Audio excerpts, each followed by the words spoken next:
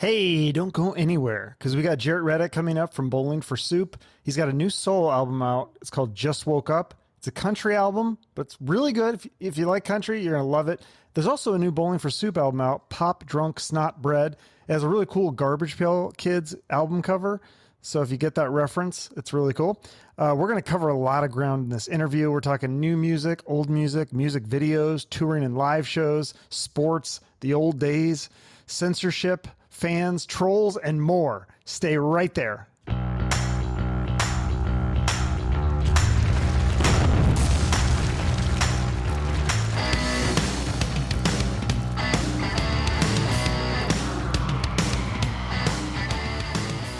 You do podcasts too. Is this where you do your podcast from?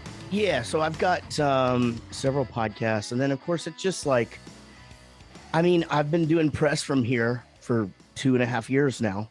Since the world shut down. So I guess not 2.5, but a little over 2 years. And so I just do my podcast setup, and here I am. Yeah, that makes it nice because then it will be a nice, clean audio. Sometimes people are in echoey rooms, and it makes for an interesting interview. Yeah, it's fun. People are sort of getting it down though, right? With AirPods have been a savior as far as like just shitty audio is concerned. Yeah, it's just amazing how many people, to me, that they work in the music business, or sometimes they're engineers or producers, and they can't figure out Zoom very well. Like it's poor right. Audio quality. I'm like, you're a producer, you produce bands, but this Zoom call is terrible. Yeah, it is funny how that works. Yeah, you don't do a lot of. You don't produce your own stuff, do you? Yeah. So in what way do you mean music? Yeah, like you don't produce like the albums and stuff, or do you? I do. Yeah. Oh, so okay. I've co-produced everything we've ever done or produced it. And then I do other. I was doing other bands and stuff after the whole after quarantine happened. I just sort of like downsized a few things because it really put a bunch into perspective for me. So I kind of stopped producing other bands. I stopped writing with other bands. I stopped managing bands.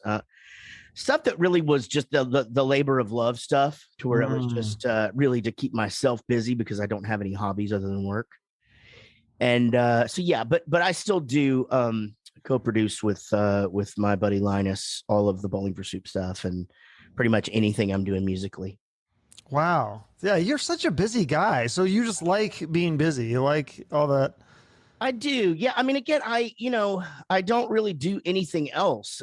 My job is to create cool stuff and make people smile. And that's what I like doing. So, I fill my time with that kind of stuff. And then I spend time with my family and my friends, that aren't in this world. I've got my two separate worlds, and, but that's it. But yeah, it's funny. I get told how busy I am all the time by other people, and really up until this year, it's just, and since 2007, really, I'm just like, yeah, but I just like to fill up the day. But I am I'm actually to that point of like, okay, I have way too much going on, and probably need to reevaluate a few things here and there. But it's all for the greater good, right? I'm glad that I'm able to work. I'm glad that Bowling for Soup is able to be out there on the road. I finally got this country album out, and I'm, going to start doing shows for that in the fall. So, yeah, I guess if anything, it'll just keep me young. Oh, that's cool. I didn't know you are going to do shows for the country album. Is it just like locally in Texas, or are you going to like tour? So tour, but Texas is a really, really big place. Okay. Yeah, you can fit like 3 Englands or 4 Englands in here. So, yeah, my focus is going to be on Texas, where you can play 3-4 days a week for 6-8 months and never play the same place, which is insane. But, in Texas country, that's just the way it is. You can go play all these little towns and, people will come out. So my focus is Texas. As I said, there'll be, some other things here and there, Oklahoma and some places in the Midwest where like I can probably get people to come out and see me just because they know the name. But Texas is going to be pretty much my focus as far as touring is concerned. Should come to Arizona. That's not that far. It's right. No, Bowling for Soup's coming to Arizona.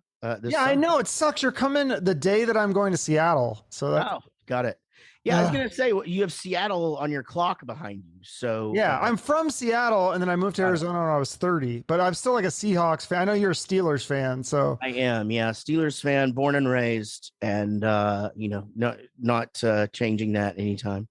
yeah. And but yeah, everything else I root for Dallas, but just not football. Oh, you watched it like the Mavericks and stuff like that? Mavericks, Stars. I'll watch the Rangers during like playoffs or whatever. Baseball's too much, that's just way too much. But I will root for them when it's time, when they need me the most. Yeah. Now, have you discovered the sports betting apps? Oh, sure. Yeah. Aren't those fun? Yeah, they're the best. You can't use them. I mean, like I can do daily fantasy and things like that here in Texas, but we can't use the actual sports betting. Oh, you don't have those ones? We do have, they're illegal here. Sports betting is illegal in Texas. So like you can, like I have an account with DraftKings, the actual casino site. Yeah. That I can use when we're on the road. But when I'm in Texas, it won't let me do anything. Oh, yeah, I guess that would be tough because even if it was in your hometown, yeah, you're on the road and then you can't. Yeah. It's weird, like, and somehow they figure it out. Like right when I cross Arizona borders, they're like, you can't use this. I'm like, damn it. Right. Yeah. I was up in Pennsylvania when we were doing the new Bowling for Soup record, and all the sports were going on. It was like, the after the first, it was when everything was just sort of getting back. There were no crowds, but everybody was playing. And I had so much fun with it and, just gambling on all this stuff. And then I got home and I'm just like, wait a minute, I can't even get to my money. I had to wait till I was on tour to even go withdraw it. So, but yeah, I do love doing that kind of thing. And it's back in the offshore days when they had the ones that were, they were boats, I guess, out in the middle of the ocean. They had it figured out. I used to do all that back in the day too. But anyway, but I'll be on tour and we'll be able to partake a little bit soon. Yeah, fun. Okay, so yeah, let's talk about the new album. It's called Just Woke Up. Yeah. And the first song, Way More Country, you got Uncle Cracker to come on it. That's pretty cool. Yeah, Matt and I have been friends for a really long time. We did a bunch of radio stuff together and actually just got to back in the earlier days of Twitter, got to doing a back and forth quite a bit. And so, yeah, he was gracious enough to come on and do the Kenny Rogers part on the first song, which was cool. I mean, I had to, it was really difficult as far as like my features and stuff on this thing, because I could have easily put someone on every song. But the main thing is on this record is I didn't want it to be seen as a novelty. So I really had to walk several fine lines as far as like both the humor on the record itself and then just sort of like, duets or features and things like that of like, I wanted it to seem, legitimate. So, but Uncle Cracker was a good choice because he sings on the Kenny Chesney song and he's had a few crossover hits in the country. So he just made sense for the song for sure. Oh yeah, it totally makes sense. Yeah, because like on the one song, one of the good ones, you have that line about James Bond, but you said that you never met James Bond. You just need a line to rhyme with On and On. But then back to the Way More Country song, did Garth Brooks say that he was a fan? Yeah, I have a photo of that moment too. It's so funny because this goes back to the first part of this conversation. I go, he goes, yeah, so what do you do? I'm a musician. I'm in a band called Bowling for Soup. And the first thing he said to me, he just goes, oh, you guys are busy. And I was like, wow, that like Garth Brooks just told me that I'm busy. I'm like, but yeah, I have a photo of that moment, which I'll eventually put into the world. I'm sure it's out there. I'm sure I've put it out there before, but my ex-wife is in it. So I need to use one of those apps where I make it look like a background or whatever. Not that there's anything right. I wouldn't mind her being in it, but it's probably a little bit weird, for everybody that knows my wife now. But yeah, he was very cool, very gracious. We talked a little bit about Oklahoma and just country. It was at a charity event, and both of us were doing something there, and yeah, he just very very gracious with his time. Could have easily just blown me off, but no, he knew exactly who Bowling for Soup was, and knew a couple of the songs, and so that was cool. I mean, the guy's got kids, so I mean, it's not like we weren't playing in the house at some point.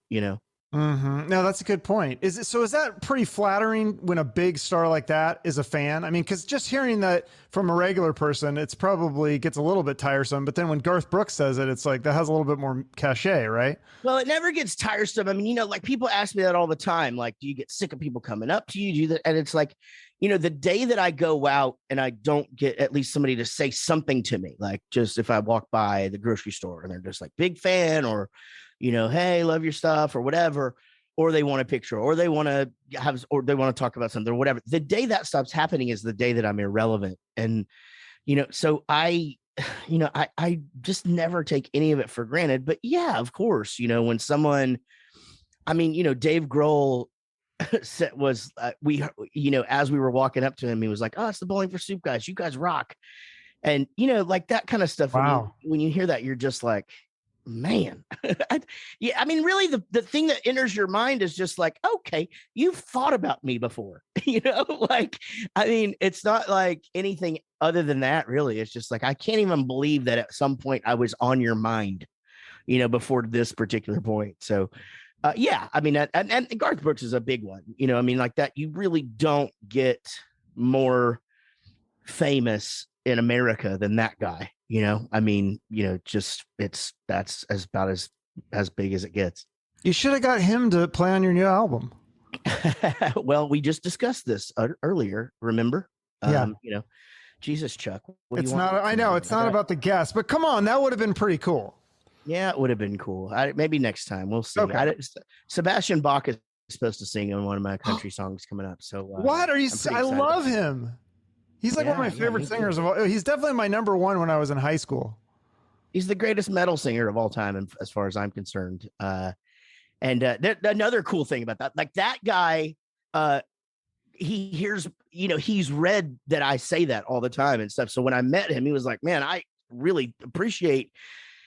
All of the kind things you've said to me in all of these different magazines, because I'm sure he Googles himself, we all do it sometimes. And, all of a sudden there's this pop punk band talking about him all the time and shit. But his daughter, Sebastiana, is a big Bowling for Soup fan. So it's one of those things where worlds are interesting, right? Sometimes they collide in the funniest way, because I grew up listening to him, and his kids are Bowling for Soup fans. So but despite all of the things you hear about him, he's as far as my experience with Sebastian Bach, is a very, very sweet guy. And I jokingly was like, "Hey, you want to sing on one of these country songs when I do this record?" He was like, "Of course." Well, that was, many years ago. Well, now that I've done it, I'm just like, okay, remember, I hold you to that. And so, hopefully we get him on the next record. On the next one. Okay, cool. Yeah. It's interesting. Like when you say you Google yourself, because I was looking at some of the comments last night for some of the videos that you got. You guys have so many amazing videos. Yeah. But what I thought was so cool is that if somebody talks shit, all your fans come to your defense. Yeah. And I thought that was really cool, because like I have people that troll me, but like I have to come to my own defense. I don't have any fans. So that's cool that you guys have these fans that like, we do. Really neat. It's one of the things where, I had to learn, through, this insane, these changes in the world, and social media and all of this. And, from the point where we started to the point where we are now, and I used to get on there and defend myself or defend the guys or whatever. But yeah, they just do it for me now. So, and I don't really Google myself. I sort of just said that earlier. I don't know why I said that. That was dumb. I really don't, because I don't really need to read, like, that's what's going to come up, that I did your podcast or this or this. Well, I obviously I was there, when I did it. So, or do people send you stuff? Do people say like, "Oh, did you see this article about you," or something? Yeah, I get that kind of stuff all the time. I mean, really, the negative stuff I don't anymore, because first of all, there's just not a lot of like genuine negativity about our band in the world anymore, because we've been doing it for so long. I mean, we just turned 28 2 days ago. And so I think when you get to be a band that's been together as long as us, it's just even press. What's the point? Like, what do you say? Like, well, this is just this or this or this. But the point is, people are still buying our albums or streaming our streaming numbers are insanely huge, and people come to our shows. So what is the point for you to dissect something that we're doing and tell us that there's something wrong with it?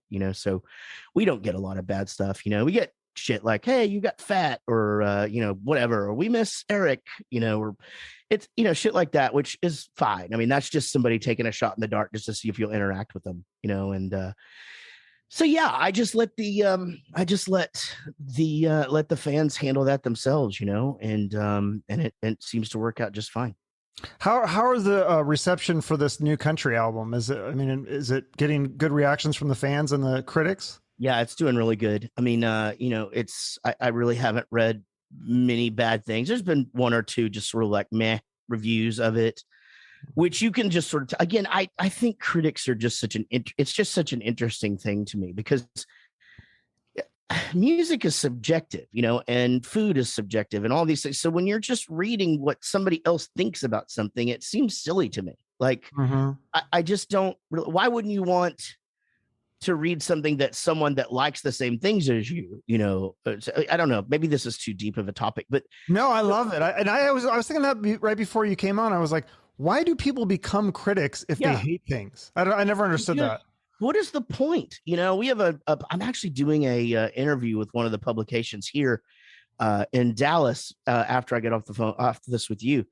And they've never been anything but just brutal to everybody in music here. And it's just like, what is the point? Like, why not try to build your scene, and help people out and encourage people to go out and see things and all of that. So critics, to me, I want it to be good, but when it's not, and like I said, that doesn't happen a lot anymore with Bowling for Soup. But anyway, so the country album, yes, reception's been great. Look, I'm in a pop punk band, so obviously there's a very large part of the Bowling for Soup fan base that is like, nope, I don't like country, and I'm just like, that's cool, no big deal. I mean, I've done enough side projects to know that not everybody that's a Bowling for Soup fan is gonna just go over and like that. And first of all, it's so hard to even tell them all about it because of the way that Facebook and Instagram and all of that work. You can't, I mean, I wish I could put out some sort of a memo to all 800,000 people that like us on Facebook that says, oh, this exists, but you just can't do that. So, but yeah, so far so good. I could not be happier with it. I just charted in Texas. So as we talked about earlier, Texas is a big place. We have our own country chart. And I just hit the top 50, which for a debut single, I'm told is a pretty good deal. So, yeah, I mean, I honestly, I'm freaking stoked. Yeah. Well, it's interesting. I had Edgar Winter on, and I was asking him about, does he care if he gets a lot of listens? Because his new album it's doing pretty good. But he said for him, it was the biggest thing was getting approval from his peers. Like if the musicians that he's in the circle with, if they say, hey, you did really good, then that's all he needs. Do you agree with that? I never really have thought about it that way before, but I will say that more than ever since doing the solo country record, I hear from someone every other day that I'm just like out of the blue. It's just, like this singer for this band or this dude, I just listened to your country record. That's freaking insanely good. And so that's been really cool. I mean, it's just actually a couple of days ago, Aaron from Real Big Fish hit me up and just like, my God, the fucking country record is insane. And so, yeah, I mean, I don't, that does feel good. I mean, to be honest, I'm not really, I guess that's new to me because really from the Bowling for Soup standpoint, don't really hear a lot from our peers much, when we do new stuff. But I certainly have on the solo front. So, yeah, and it's been really nice. I mean, I some very, very nice emails and texts coming from when people actually find the time to listen, which I that's the thing is I know, we talked about how busy I am, but everybody's busy, right? And for somebody to just take the time and listen means a lot to me. Yeah, no, I love it. I was just listening to it yesterday and then again right before, because I was getting kind of nervous from in this interview. I was like, listen to your music. I was like, oh, this is actually like mellowing me out. I think it's a good like mellow kind of out kind of album. I like that. I like to think of music as what am I going to do with this? Am I going to rock out to it? Am I work out to it? I'm like, for me, this is like kind of a mellowing album. Yeah, a lot of people are saying that it's a good driving record. I could hear that. I mean, yeah, I mean that's the thing, right? I wanted to make an old school country album, and I think that's the path that I'm going to stay on, as far as just my overall vibe and what I'm going to do. I don't plan to.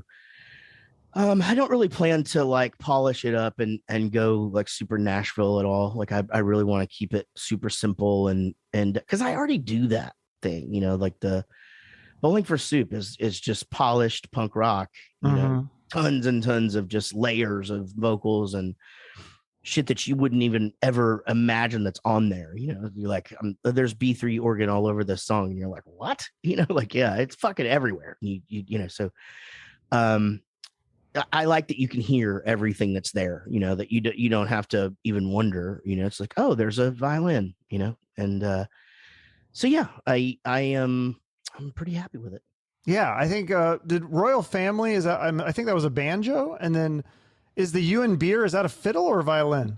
Yeah, so we got a fiddle. A fiddle is a violin, isn't it? Aren't they the same thing? I don't know. You're the musician. Yeah. No, I thought you were trying to stump me or something. No, I thought it was different. I thought is it the exact same thing? Is it slightly different? They're exactly the same thing. Okay. Yeah. Well, I'm an idiot then. Okay, I apologize. Yeah. That's a dumb question then. No. Yeah, you take a step up and you go a little bit more baritone. That's a viola, and then you get to a cello, and then okay. Bass. My friend's a music teacher. He's going to kill me for not knowing that. Yeah, I mean, if there's a difference, I don't know that, and I've been literally in music my entire life. You probably know. Yeah, you're a band kid, right? But see, you're not orchestra. I did orchestra. I played. Oh, you did both? Oh yeah, I played timpani and orchestra, and I managed to wiggle my way in as a freshman, which never happened back then, and so all 4 years played timpani and orchestra and in the honors band, and then I was in marching band as well, playing the snare drum. That's cool. So then explain to me, like, how did you guys go? I just love the, like, people's kind of origin stories, like how you guys went from, you're playing at this, what was this coffee house, the Refuge? Yeah. And then you go from that to, before you get on the majors, you sold 10,000 copies of your EP. Is that what it was? Yeah, we sold 20,000 copies of our of Rock on Honorable Ones and 10,000 copies of our EP. We actually sold about 8,000. We had to destroy some when we got signed because we weren't allowed to sell it anymore. But yeah, we were selling so many albums just out of the back of the car because we were doing really, really well. You start pushing 200-300 CDs a night, it adds up pretty darn quick. So yeah, I mean, we started out just like I said in the Refuge Coffee House, and Greenway Alley was another little sort of vintage clothing secondhand store in Wichita Falls, and graduated up to a few bars here and there, but we really couldn't get an audience in our hometown. So we moved to Denton in about 96, right about the time we started to take it super serious. And things happened pretty quick for us locally. We got to be kind of the biggest local band here in Denton, and then Dallas, but we had already worked out all these other small towns. We were already doing really, really well. So that's kind of it. I mean, how did you do that? Like, how did you sell like, I heard you say something about you had this rule that if people asked you to go to a party after the show, you would always say yes. Is that to network and to sell? 100%. So like the thing was what we did was we did something that no other bands were doing. And that is we were going and playing little towns. So towns of like 100,000 people, Abilene, San Angelo, Corpus Christi is bigger, but Amarillo, Lubbock, El Paso, San Antonio, Austin, Houston, the bigger towns. But we were going to Waco, we were going to Longview. We were, all of these towns where like not a lot of bands played, and I would call in, and I had a fake had a fake name. I'd be like, this is Jeb Ryan from Fro Records. And we got a band from Dallas just coming through looking for a stop there in town. And so we would go there and they'd give us a gig and we would, make friends with everybody that we met. But yeah, that was the rule. The rule was you could never say no to an after party, because if you were at a show and you had 20 people, if you go and you hang out with those people and give them a story, then the next time you come, there's 40 people and you just keep doing that. And so we had like actual crowds in every one of those cities that I just named. By the time, 97, 98, we were playing in all those places and we would sell out at every single one of those places in Texas. This goes back to what we were talking about earlier. I mean, think about that. And then you can go 5 times smaller than that in the country world. There's just so many places to play here, but Dallas bands weren't doing that. So we would take the Dallas bands and go like, hey, you guys want to go play like 3 days in West Texas with us and play to 500 people a night?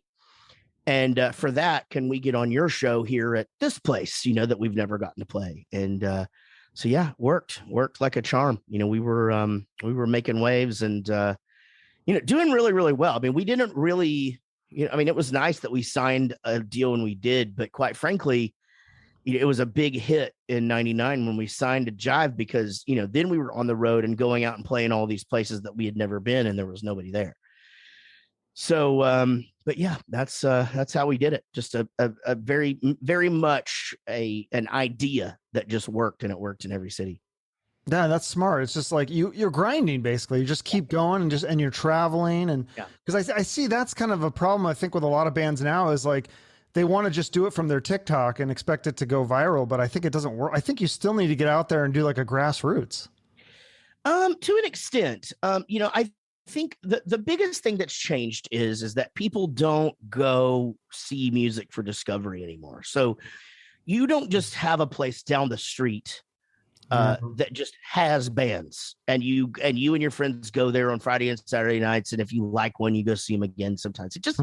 It's not like that, it just not, and that's not the world we live in. I mean, at one point in the 90s here, all the clubs would do this thing where you could go in and out of all the clubs. There'd be 40 bands playing, and it cost $5 and you got a wristband and you went in and out of all these places, and it was great. That kind of thing just doesn't exist anymore. So you do have to sort of build your following, but yes, building out regionally is what you have to do. You have to get a crowd going, and then you got to meet other bands and trade shows. So if I'm in Dallas, what I should be doing, or what I would tell everybody else that they need to do is, develop that crowd here until you're headlining a nice sized place. And then you find a band from Oklahoma and you trade shows, and that's how you do it. But yeah, it's a different world. I mean, the TikTok thing and Instagram and all of that can't be downplayed, because it is such an important part of doing it these days, which kind of sucks, but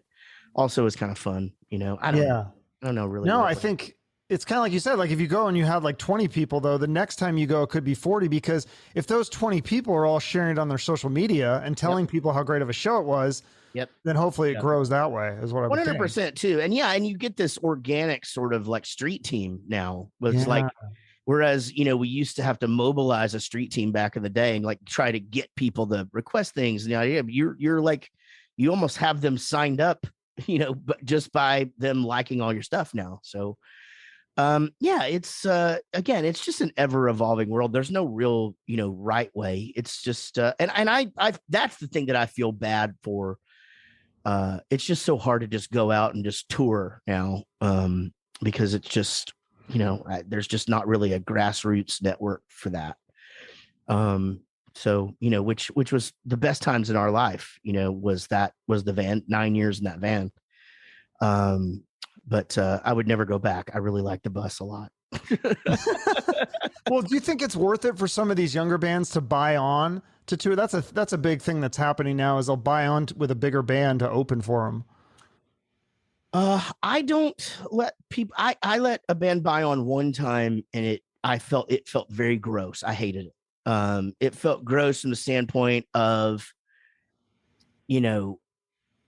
all of it. I didn't like it. I didn't like taking their money. I didn't like the fact that now this band is on this bill with me, and it's not the same relationship that I have with other bands that we play with. And, you know, just all of it felt very disingenuous. So I'm not a fan of that. However, if you've got the money and the band is drawing people that you think are going to like your band, I mean, it's a great way to get in front of people. But just not really my thing. But again, there's nothing wrong with it. I just won't take. I'm not going to take anybody's money anymore. I did it again the one time. I just don't like.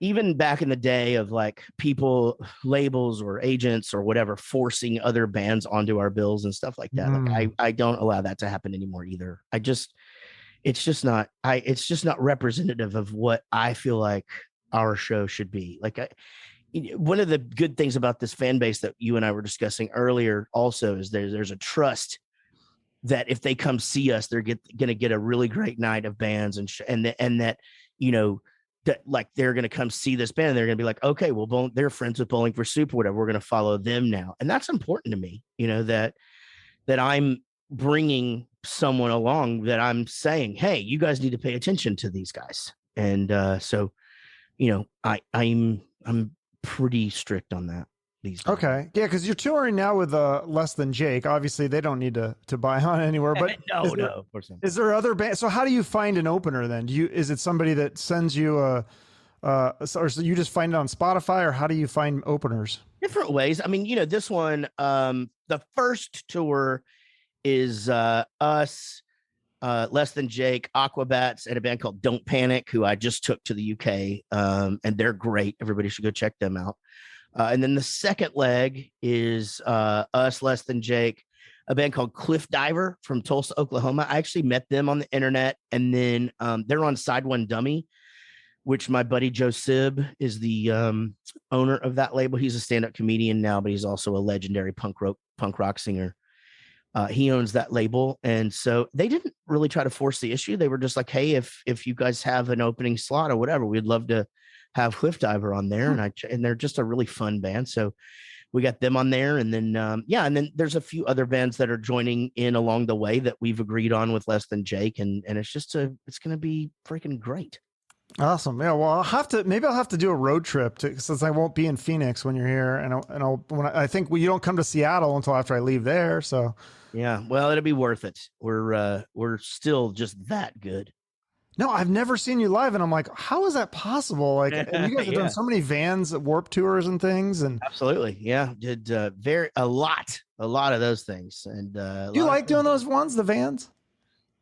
Yeah, I miss it. I mean, you know, it's you hate doing it while you're there. It's freaking hot, and you know, there's kind of nowhere to be, and you know, but every night, you know, after all your shows, you're just sitting up there by your bus and hanging with all the other bands. And it's like, you know, it really is. It's like punk rock summer camp. And some of my favorite relationships that I have in this industry came from you know, those nights. And, you know, so again, it's a lot of work, especially for the crews. And, you know, again, it's very, very hot and, you know, but I wouldn't take any of those back. And if he were to start doing it again, I would do it in a heartbeat.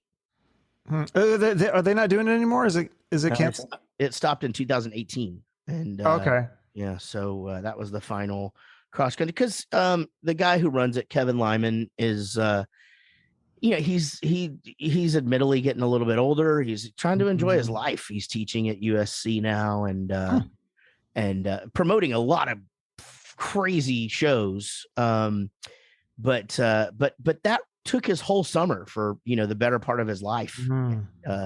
If he weren't there, it wouldn't run the way that it's just one of those things where like a small restaurant, if the owner's not there, you know, it wouldn't run the same, and Warped Tour wouldn't run the same without Kevin. So, and he knew that. And so, I think stopping was, you know, you always want to quit while you're ahead, right? Yeah. So, that's admirable that he wouldn't want to just keep it going and have somebody else run it, knowing that it wouldn't be the same. Yeah, I do agree. I mean, I think any band that you ask about it that did it, you know, multiple times would be like, oh yeah, there's no possible, because he's just everywhere and the sweetest guy in the world, and he did so much for so many bands. I mean, there's just you'd be hard pressed to find a band that ever played that tour that had a negative thing to say about Kevin Lyman.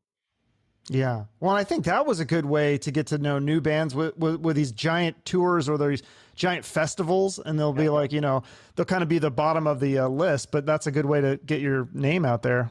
Definitely. Yeah. Rob, our bass player, was on many, many times as a kid and, playing the smallest stages and, out there grinding it. And, is a fantastic, fantastic tour. Lots of fun to be a part of that thing.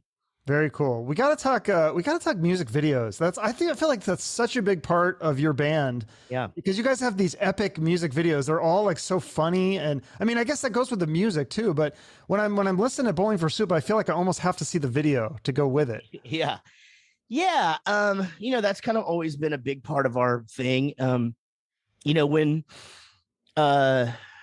When we were first got on Jive or whatever, and MTV was actually still playing videos, and even after when 1985 came out, and we're talking about the fact that music wasn't on MTV anymore, and but still VH1 was playing the shit out of us. So but yeah, and I think a lot of people forget or don't know that YouTube is still the #1 place for discovery of music by young people. So some sort of visual representation of the song is super important. And I tell bands that all the time, like there's bands that are asking me for advice and I'm like, do you have a video for every song you've ever put out? They're like, no. Well, then you have work to do, get busy. Because there should be some sort of visual representation of every single thing that you put out, whether it's a lyric video or whatever, because look, 1,000 views on that thing is a lot. 10,000 is a lot. 100,000, 1 million, whatever. I mean, that's how people find music still. Mm-hmm. So, we put a lot of thought into our videos, and in fact, our new video is being edited right now for a song called "Hello Anxiety." Oh, I was just going to ask you, are you going to be doing that one next? Because that song's so catchy. That's great. Yeah, I think it's going to do very, very well. It's just it's a real song about my own struggles with anxiety and stuff, and but I did it in a happy way, and right. So and that was the whole idea. And so the video, I'm not going to say anything else because I'm very, very excited for people to see it. But it just is exactly what you think in your head. Yeah, because when you hear the song, it's telling a story. So it's like I felt like that one needed a video. I'm glad that's coming. 100%. Yeah, it's coming, and I'm hoping. I'm so sorry to yawn in your face. I had a big weekend. But yes, I'm very excited about that one. I think that one might be our first big TikTok song too. So we'll see what happens. Yeah. Well, we got the Getting Old Sucks, that one with the puppets. And then I Want to Be Brad Pitt. That's another one that it's like, you had to make a video for that one because the song just lends itself. How many Brad Pitt movies are referenced in that? Oh my goodness. Well, I mean, speaking of bad press, that song, for some reason, people didn't get the thing that it's just essentially just a Brad Pitt, just a what do you call it when you have like a shrine? It's a shrine to Brad Pitt in song.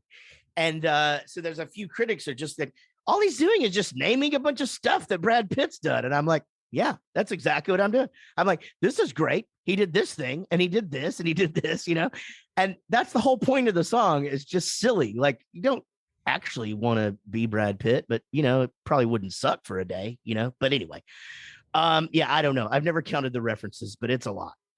So some people thought did they think you were mocking him? Because it's meant to be. They just didn't see the substance in it. They just a few of the reviews, and again, but the point is, it's a silly song, Yeah. So like, but they just, that's the whole thing, right? It's like Van Halen by Nerf Herder. It's like, I mean, all they're doing is just taking a few lines from Van Halen songs and they made it into a song about Van Halen. It's freaking brilliant. Mm-hmm. So yeah, but yeah, all in all, I mean, Brad Pitt is an earworm, and people have definitely liked it. Yeah, well, and people will be Googling Brad Pitt and they'll find your video. It's pretty smart marketing. That's right. Yeah. Yeah. Has he heard it? Does he have an opinion on it?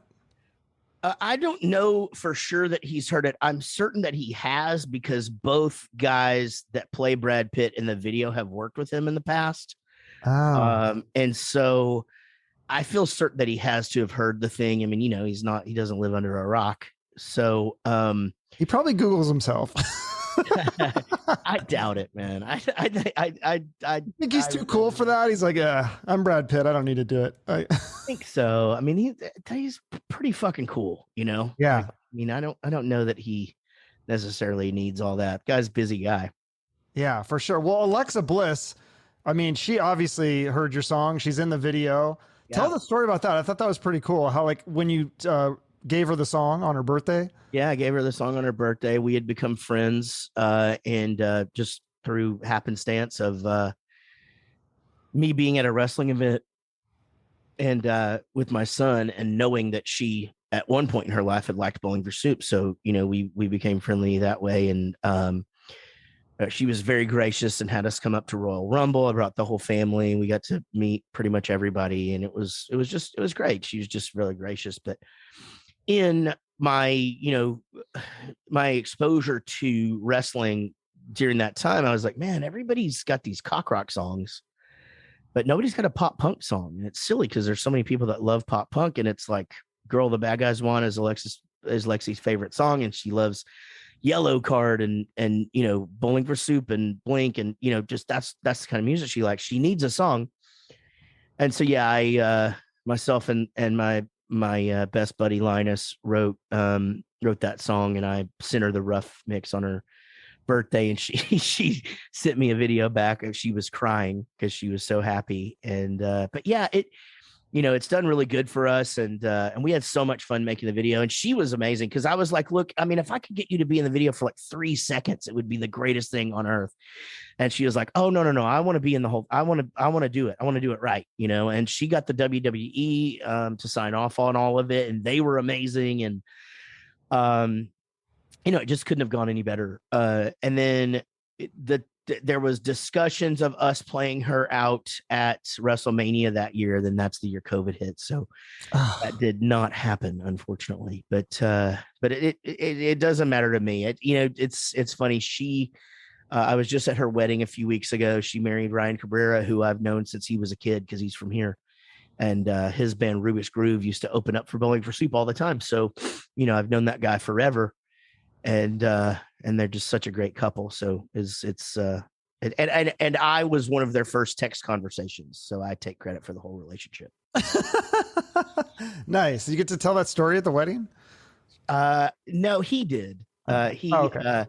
He said I surprised her and sang "Girl the Bad Guys Want" at the reception, and Ryan, as I was going out, because I got to give this next guy some credit. Like, I found out, about that he knew Lexi or whatever, and I used it in the conversation to kind of keep the conversation going or whatever. And, now we're married. So it was nice. He's a good kid, and they're very, very happy together, which is, just makes me happy. No, that's super cool. The song High School Never Ends, that's another one that's like an awesome music video. Now, Yeah. I know that's probably meant to be funny, but I also feel like, is it also kind of a social commentary? Like, it's so accurate. Yeah, it is. It's definitely, it's funny, but it's not funny. It's Right. Again, it's I just did this TikTok video the other day where this girl that I follow, who does a lot of stuff about mental health and anxiety and just, that kind of thing. And she's just like, you ever like think about when you were in high school and you're just like, this is wrong and this is wrong and this is wrong, and someday it's all going to be better, but it's just the same shit every day. And then I'm just on the other side of the screen, and then it just goes, high school never ends. And like, and so, and I was like, I tried to tell you all this shit 15 years ago. Yeah, no, I mean, because the reason I wrote that down in my little book of ideas in the first place, years before me and Adam Schlesinger wrote that song, may he rest in peace. Oh, I didn't even know that. I love him. He and I wrote that together. I'm a big fan of his work. Yeah. Just the best. But I had that idea written down forever. And the reason I wrote it down was because it's true. these clicks that we have in life, and just the way friendships work, and just, just all of it. It just never ends. It's just kind of always the same. And my kids even say it to me. Like, now my daughter's 19 and working and going to college, and she's just like, it's just crazy how it's just all exactly the same. You just go to different places and everything just functions exactly the same as high school does. I'm like, yeah, it's just it never ends. It really doesn't. Like, I'm 50 years old and shit happens, and I'm just like, this is so fucking high. Like, this is so ridiculous. Like, why are we doing this? But yeah, little social commentary there by your boy Jaret.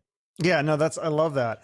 I didn't realize this too. Like, you speak about Adam Slight. You've had some amazing co-writers, but 1985 was that song. It was like mostly written by Mitch Allen from SR-71. So why did he give that song to you? Why did he keep that for himself? It's such a good song. I'm going to pump my TikTok here. Everybody go to Jaret Reddick on TikTok, and it's pinned to the top. If you want to know the answer to that question, go to Jaret Reddick on TikTok, and it's the very first TikTok you can watch, and you can hear the answer to that. See what I did there? That's awesome. I used your platform to advertise my own shit. I love it. No, and people can go on my TikTok too. I have like, I don't know, 400 followers or something, but probably you have a lot more. But no, that's cool. I'll follow you on TikTok. I didn't know you were on there. Yeah, but yes, that story is, it's funny. I was just talking to him, 2 nights ago, because I was reading it. It pops up every once in a while where somebody's like, a cover that you didn't know was a cover. And it's like, it's not like we ever hid anything about that song away. Like, he's in the video, you know, like it's like, well, and you wrote the bridge, right? You changed it or something? Yeah, I changed a bunch of lyrics and rewrote the bridge, and took out the part where the rubber breaks, and the line where George is gay, and I took a bunch of that stuff out and made it a little more light. It did great. And he obviously he couldn't be happier. He says all the time, he sent me a video one day. He goes, "Hey, thanks. You just bought me a pool." So I'm like, yeah, man, we did it. That's awesome. There's so many references in that song and the video. Is there any that are kind of like Easter eggs though? Is there any that maybe people don't pick up on that are in the song or the video that are more subtle? Thought she'd get a hand on a member of Duran Duran is an Easter egg. If you take that, I didn't necessarily mean a member of the band, so I snuck that one by. I meant member as in their dick. And so, yeah, I never thought of that. Yeah. So there's a bunch of stuff like that in Bowling for Soup songs that, like, it's very, and I don't really ever talk about it. I just let people discover it, and then it happens all the time. Like, somebody will come up to me and go, "Oh my God," and that song "Dance with You," you go, "Got inside through a hole in your defense says," and he goes, "You put a fucking hole in defenses," and I'm like, yeah, I fucking did that on purpose or whatever. Oh my God, that's genius. So I like shit like that, where you can sort of just leave those things there, and no, it's funny. I saw a comment on one of your videos, and it said, the girl said, "I love this song. The girl all the bad guys want." She's like, I was singing that song when I was a kid. I never realized creaming over tough guys. I never knew what that meant as a little kid. Now I get it. What a great song. No, it's I think we had to change it to Dreamin' on a few of the radio stations, but yeah, that one didn't get bleeped at all, hardly ever either. So like, I was always very surprised by that. But, yeah, that's like when I had Ted Nugent on, and I asked him about cat scratch fever. I'm like, "How did you get the line? You made the pussy purr." And he's like, "It's about a cat." I don't understand censorship. It doesn't make any like things they censor and then things they don't. Okay, I don't know. Oh my God, yeah. I mean, working on Phineas and Ferb, they would tell me stories, and I would never ever sell them out, but they just would play games with the censors, and they were always like, it's so funny because they would tell me like, we would do these blatant ones and they wouldn't catch it, like we got, but then they would find something about something that we meant absolutely nothing by, and they would censor that. So yeah, I mean, it is what it is. It's a game we all play, in whatever area it is in which we're playing it. But But yeah, it's it is what it is, right? Yeah, no, that reminds me of the South Park movie. I remember those guys saying that they would send it to the censors and the censors would say, no, you can't do this. And so then they would change it. They said that they made it worse. And then they sent it back and the censor said, okay, that's okay. Yeah, I saw that too. And it's just Yeah. like, because it's like they needed to say something about something, Yeah. so They that need to feel relevant. that they're Okay. doing their job, right? And that's a big thing with when you're on a record, when you're on a big label, you everybody's got to try to have some sort of input on things. And so you can do things like that where you're just like, here's our best, here's the best photographs from the session that we just did.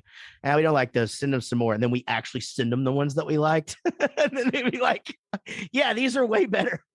And so did that kind of shit all the time. Like you just play the game, Yeah. Well, I was trying to find, do you have this picture on your TikTok or Instagram or something? The picture of you from the Grammys that you said you got nominated for worst dress. That's like the thing that you're most proud of, even more so than nominated for the Grammy. Yeah, we got Joan Rivers Worst Dressed and People Magazine. We got Worst Dressed as well. So pretty good. That's pretty good stuff. Where are those pictures? I couldn't find them. Oh shit, I don't know. I mean, that's pre-digital age. We had disposable cameras with us at the Grammys. So it's all the photos that I have are from those disposable cameras. So who knows? Somebody'll send it to me, I hope. Yeah, somebody can figure that out. What was so bad about it? Was it just, do you remember what you were wearing? I don't. Oh, you don't even know what we were wearing? No, I don't know. Okay. Oh, okay. So we were basically wearing the blue tuxes. Oh, okay. From the cover of the that album. Yeah. Oh, that's awesome. But we instead of the pants, we wore blue Dickies cut off, and we all had matching shoes and stuff. So, but yeah, it was just that whole thing. But we looked really cool because you could spot us from any camera in the thing because we were all sitting next to one another. So, it's obviously probably not the worst dress of anyone ever, but we certainly made waves everywhere we were going. Is that where you saw? Did you hear you say you saw Michael J. Fox at the Grammys? Yeah, it freaked me out. I like everybody that I expected to see there. It was like, oh, okay, and here's this person, and I'm shaking hands with BB King, and Bonnie Raitt kissed me and told me how cute I was, and it was just like all of this insanity that you would think would freak you out. I peed next to Elvis Costello. But yeah, when Michael J. Fox walked in, I was just like, what the fuck? Oh my God, that's crazy. Cause it's a big part of childhood right there. Oh yeah. Keaton and Marty McFly, and goodness, just Teen Wolf fan. Are you a Teen Wolf fan? Yeah, I like Teen Wolf. I mean, I wouldn't say that I I haven't watched that movie in a long time, but I like Teen Wolf. Yeah, I loved it when I was a kid. Did you get to like shake his hand or anything, or? I didn't. He had handlers, and I think it was just really kind of the beginning of his Parkinson's sitch, and so I steered clear. I waited for a moment, and it just never. But I try never to beat anybody up. I always try to, just like anything that's going to happen, I try to let it just happen organically. As far if I'm going to meet somebody or have somebody introduce me, I very seldom will just. I'm pretty shy, actually. Is that how you want fans? If somebody sees you, do you care if they come up to you, or would you? I don't give a shit. Yeah, I would rather you just come up to me than stare at me, or like take pictures of me eating. Like I'd rather you just like, let's just get this out of the way. Come up and say something, so back in the early days of 2003, 2004, 5, we were really doing well, and we'd be sitting at the table eating with my family or whatever, and you just look over and somebody's like videotaping us eating, and it's just like, man, fucking just come over here and just ask me to stand up and I will, whatever. But yeah, again, I don't take any of that shit for granted. I welcome anyone to come up and say hello anytime. Yeah. Did you ever get like, because my friends was married to the singer Newfound Glory, Jordan, and he said that they went to Disneyland with him, and it was just like these girls were like screaming. They're like, "Oh my God!" Did you ever get that? Because that would be kind of awkward, I would think. Yeah, I mean that happened quite a bit, you know. I mean, yeah, especially during those days of you know, having a hit on Radio Disney and you know, a couple of hits actually, and then you know, hits on the radio and stuff. So yeah, sure, the mayhem happened from time to time, but you know, it's you know, I don't know. How do you handle that? You just say hi, you know, wave or whatever. Yeah, oh and... hey, what's going on? You know, and then they'll say, "You're bowling for soup," and I'll go, "No, my name's Jaret. What's your name?"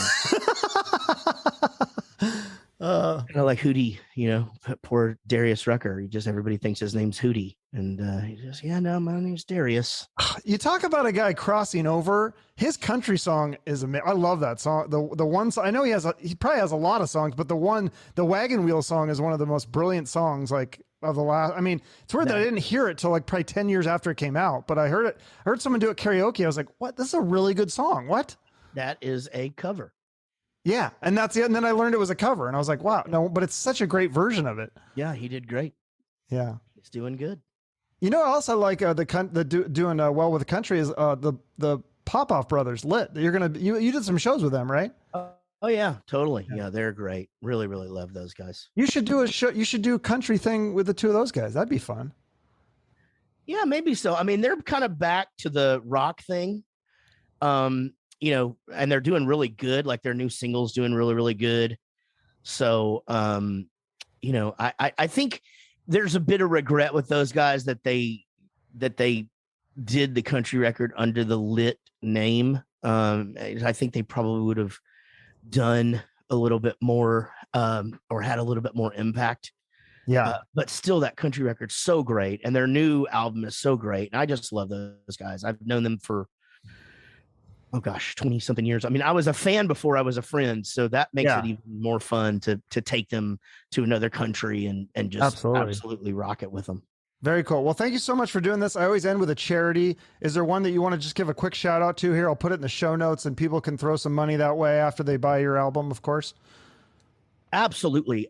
If you wouldn't mind, I'm actually on the board of directors for Punk Rock Saves Lives, and we would love to have you come out to a show and let us swab your cheek to see if you're a match for a bone marrow transplant. But one of our sister charities is another charity that I work with here in Dallas called Foundation 45. So if everybody could check out Foundation 45, it's a smaller group here in Dallas and just doing amazing things for battered women and for musicians that are down on their luck, and just a great bunch of people. So okay. It mean a lot for you to put that in there. Thank you for that. Okay. I will put that in the show notes along with your website, and people can get the new country album and also the newest Bowling for Soup. And I can't wait to see the new video, and hopefully I'll catch a live show at some point. Absolutely. I hope so too, man. This has been fun. Thank you so much. Yes. Thank you. Yeah, I'll see you in the next time. Yes. All right. Take it easy. Take care, man. All right. Thank you so much to Jaret. Check out his new solo country album, Just Woke Up. Again, if you like country, you're going to love it. And also the new Bowling for Soup album, Pop Drunk Snotbread. It's just great classic Bowling for Soup. And you can check out the band's website for show dates and other updates, or just follow the band or Jaret on social media. And if you enjoyed this episode of the podcast, well, check out some of the other ones I had. I had Krista Makes from Less Than Jake, Jeremy Popoff from Lit, Robin Wilson from the Gin Blossoms, Art from Everclear, Chris Ballou from the Presidents, many more. So you can follow me or the show on social media or subscribe wherever you listen for future episodes. Thanks for sticking with me. Have a great day and shoot for the moon.